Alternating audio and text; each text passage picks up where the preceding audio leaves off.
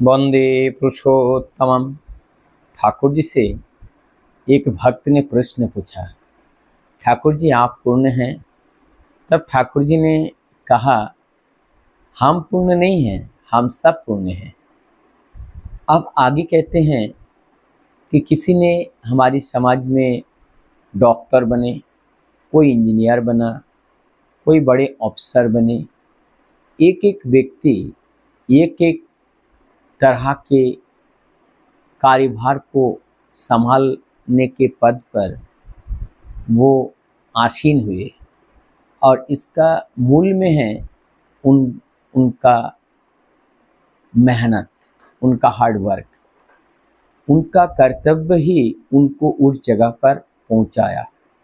हमने जितना अपने जीवन के पीछे कार्य किए, मैं अपने को उसी जगह पर रख पाने में सफल हो पाया। और जो जितना अपने जीवन के लिए सैक्रिफाइस किया, उनका जीवन उतना ऊंचा जगह पर जाकर के वो अधिष्ठित हुए। हम देखते हैं कि हमारे समाज में सब देखने में इंसान है, लेकिन सभी डीएम तो नहीं बनते हैं, सभी प्राइम मिनिस्टर तो नहीं बनते हैं, सभी चीफ मिनिस्टर तो नहीं बनते हैं।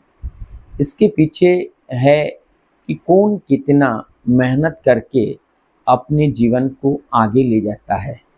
तो यहाँ पर पूर्ण और अपूर्ण की बात ये है, जो जितना करके अपने को ले जाते हैं वो वहाँ पर वो पूर्ण है। क्योंकि आप देखिए, पूर्णता और अपूर्णता की बात जब हम करते हैं, कभी कभी कोई एक बड़े व्यक्ति वो सोचते हैं कि ये जो स्टेशन के पास जिनके मकान नहीं हैं, खाने की व्यवस्था नहीं है और भीख मांग करके वो खाते हैं, तो उनके मन में पता नहीं कितना कष्ट होगा। लेकिन यदि हम उनके साथी बन करके अगर एक दिन उनके साथ 2 दिन अगर बिताएं, तो हमें लगेगा कि जैसे हम अमीर बन करके, बड़े बन करके हम जिस तरह से आनंद का उपभोग कर रहे हैं, तो वो लोग भी उस आनंद का उपभोग कर रहे हैं। तो इसका मतलब वो भी पूर्ण है, हम भी पूर्ण हैं। अपूर्ण इस जगत में कोई नहीं है।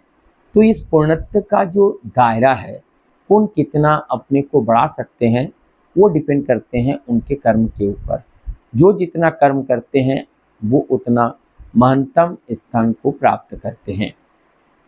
यहाँ पर एक प्रश्न है, जो प्रश्न बताया गया कि मानव समाज में दुख जाएगा कैसे। ये जो हमारी मानव समाज में है, मानव समाज में अनेकों दुख हैं। हर व्यक्ति के पास कुछ ना कुछ दुख है, तो ये दुख कैसे जाएगा। ये ठाकुर जी के पास एक प्रश्न पूछा गया कि इस दुख को हम कैसे दूर कर सकते हैं। तो ठाकुर जी ने बड़े सुंदर तरीके से इसको दूर करने का एक तरीका बताया। ठाकुर जी बोले हैं कि हमारे शरीर के अंदर अनंत कोशिकाओं सेल्स से बना हुआ है। यदि हमारे शरीर में कोई भी सेल्स अगर डैमेज है, तो हमारा स्वस्थता का एहसास नहीं होगा, हमें परेशानी लगेगी, कोई ना कोई अनकंफर्टेबल फीलिंग होगा। लेकिन ये हमारी संपूर्ण लाखों करोड़ों अरबों कोशिकाएं हैं, सबको स्वस्थ जब तक हम नहीं कर पाते हैं, तब तक हम स्वयं स्वस्थ नहीं हो पाते हैं। तो ये सबको स्वस्थ करना पड़ेगा। तो अगर हम चाहे कि समाज के दुख को हम दूर करें, तो हमें ज़रूरत है कि हम सब लोगों को सुकेंद्रित होना पड़ेगा। हमारी जीवन जैसे हमारी कोशिकाओं के केंद्र में, सेल्स के केंद्र में एक न्यूक्लियस होता है, ठीक उसी प्रकार से हमारी इस मानव जीवन में एक न्यूक्लियस की तरह, एक केंद्र की तरह हमें गुरु होना चाहिए, और वो सदगुरु के रूप में होना चाहिए। और वो ऐसे व्यक्तित्व के धनी हो जहाँ पर जिनके पास सब कुछ, दुनिया के सब कुछ पाया जाए। तो ऐसे व्यक्ति जब गुरु बन करके आते हैं और उनको जब हम जीवन में पाते हैं, तब जा कर के हमारी जीवन की हर समस्या एक एक करके दूर होती हैं। तो यहाँ पर समस्या को अगर दूर करना है, तो हर व्यक्ति को उस आदर्श के साथ जोड़ना पड़ेगा।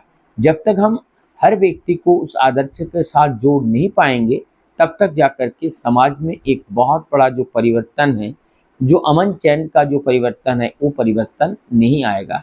तो उसके लिए हम सबको एकजुट होकर के एक बहुत बड़ा आंदोलन खड़ा करना पड़ेगा।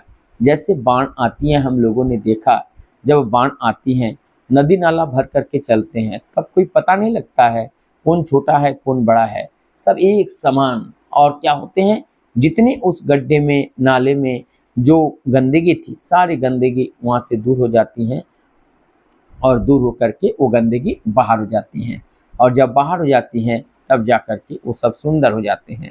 ठीक इसी प्रकार से हमारे समाज में एक प्लावन की, एक सत्य प्लावन की ज़रूरत है, और उस प्लावन के माध्यम से ही हमारे समाज में एक अमन चैन पुनः आ सकता है।